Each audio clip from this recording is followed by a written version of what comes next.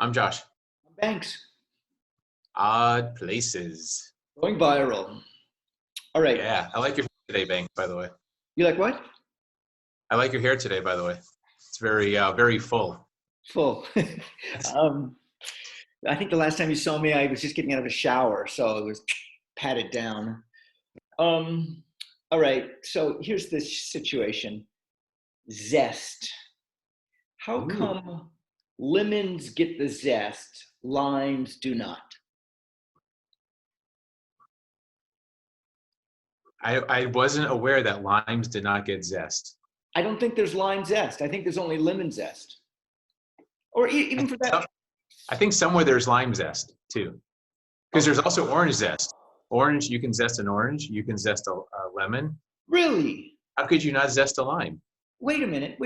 So what is zest? Is zest basically just the peeling, the little shaping? Zest is the outside layer of the skin, of the pith. Right. So they zest up like a pasta. I had a pasta dish the other night, and it had lemon zest in it. And I thought, how come there's not lime zest? Right. I'm sure there is lime zest. It's just you don't put lime zest on certain things. Here you go. I go to a restaurant. I ask for a lime in my coffee, or not my coffee, my water. I thought you were going to say you're a coconut. Sorry. They turn around and they say, we don't have limes. How about lemons? So I go with lemons. There's another prejudicial push towards the lemon rather than the lime. You're going right to prejudice with this, aren't you? That's very assumptive, I think, to say it's prejudicial.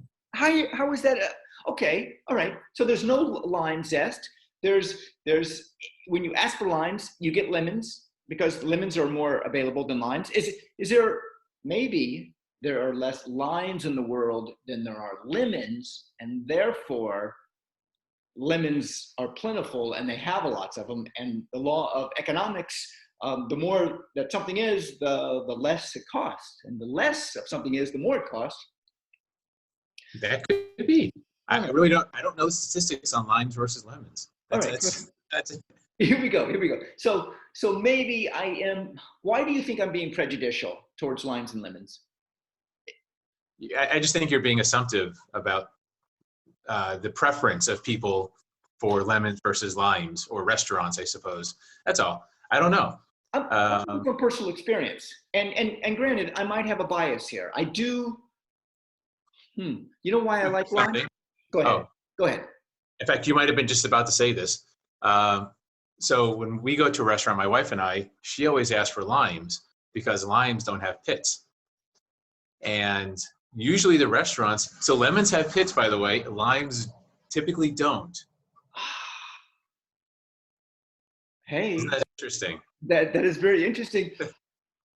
I go with lime, and I'm going to go for limes now for two reasons. One is because your wife's pits. Yes. Not her pits. The concept of her. Well, that too. You don't want her pits in your water or your. All right. So that's one. The second thing is I feel that I like to go for the underdog, and I feel that the underdog in this regard are the limes. Oh, I'm with you on that. I do like going for the underdog. That's a fun place to be. That's like every great movie, right? Every great movie, it's always about the underdog. Oh my God, yeah. So lemons. So we have this establishment called Lemons, and then limes are the underdog, where we're rooting for them, we're pulling for them. All right, so you can relate to the lime. You can relate to being a lime. You know, honestly, I'm a don't care. I'm in that camp where it's like, of all the things to think about and worry about and to judge or to be concerned with, citrus is just not up there in my list. Okay, so you say judge. So you're being assumptive here, thinking that I'm judging. Am I judging? Okay, I'm going to ask you, am I judging this? Limes and lemons? It sounds like it. It sounds like you have a defined preference based on a set of thoughts, criterias, assumptions, which is a judgment. And that's not a bad thing. judging is not a bad thing. Don't take it like it's just you've made a decision based Okay. on input. How is that judge? How is that judging? Isn't that preference? Don't I prefer? Don't I like? Is it white chocolate or black chocolate? Which one do you like? Or milk chocolate? Isn't that kind of a judgment though? Isn't that in a way? How is that? How is that a judgment? You're gonna have to define judgment for me. I think judgment in the sense we're talking about is just kind of like a preference. It's like saying, I've decided I want this. You've looked at both sides of the story, right? Looked at all the information, and you're saying, this is what I want, or this is how my life shall be. Okay, so what is the difference between preference and judgment, or judging? I think if I had to guess, I would say judgment's a little more of a final, like a hard and fast kind of rule, versus a preference is like, I can go either way, but if I had the choice, I would do this. Okay, so let's dig right into judgment of people then. Here we go. We're going from lemons, limes to judgment of people. Right.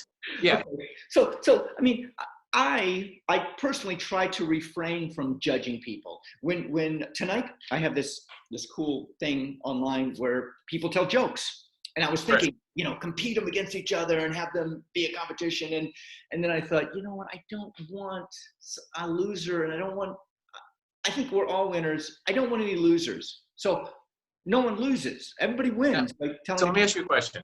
Okay. Do you think that some people are better comedians than others, that can tell jokes better, that just have better skills in that aspect? You ready? Yeah, I agree with that. I know. My preference is. So here's where judgment is. You're helping me figure this out in real time. Okay. Judgment is required to have preference. Judgment, you cannot prefer. So let me give you an example. If you prefer good comedians versus bad comedians, you won't know the difference between good and a bad comedian until you judge what a good comedian is versus a bad comedian. You actually have to make that judgment in order to have that preference.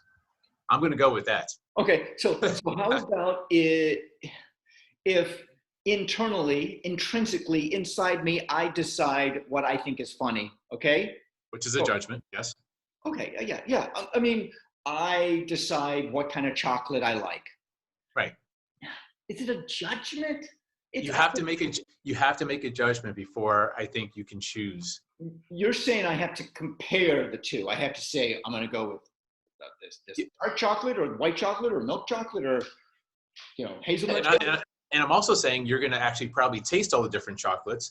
You're going to evaluate them based on their merits, and you're going to make a judgment which ones are better than the others, or which ones, or how they're different at least. And then your preference comes in and says, well, I prefer this kind of chocolate based on all this information. See, you're taking judgment, I think, as a bad thing, as a negative, like throwing an insult at someone. No, I don't mean that. I just mean we have to make judgments all the time so that we can have preference, so we can make choices. How do you make choices if you have no objectivity, no measuring stick? Okay, so I'm going to take it one step further. You ready? Let's go. I'm always ready. Taste. So if I prefer everything, or I do not judge anybody, I have no taste, or I have taste. I think taste is a colloquial word for preference. To me, those are almost synonymous. If you have a preference, that's your taste, right? Your taste is your preference. Your preference is your taste. And I do like the taste of zest, by the way. Just getting back to like the actual outside of the citrus, zest, and then think about that versus the zest of life.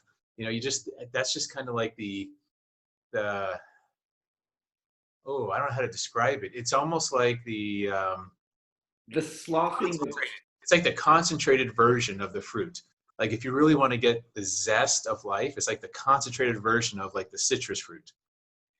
So what is the concentrated version of us, of life, of us?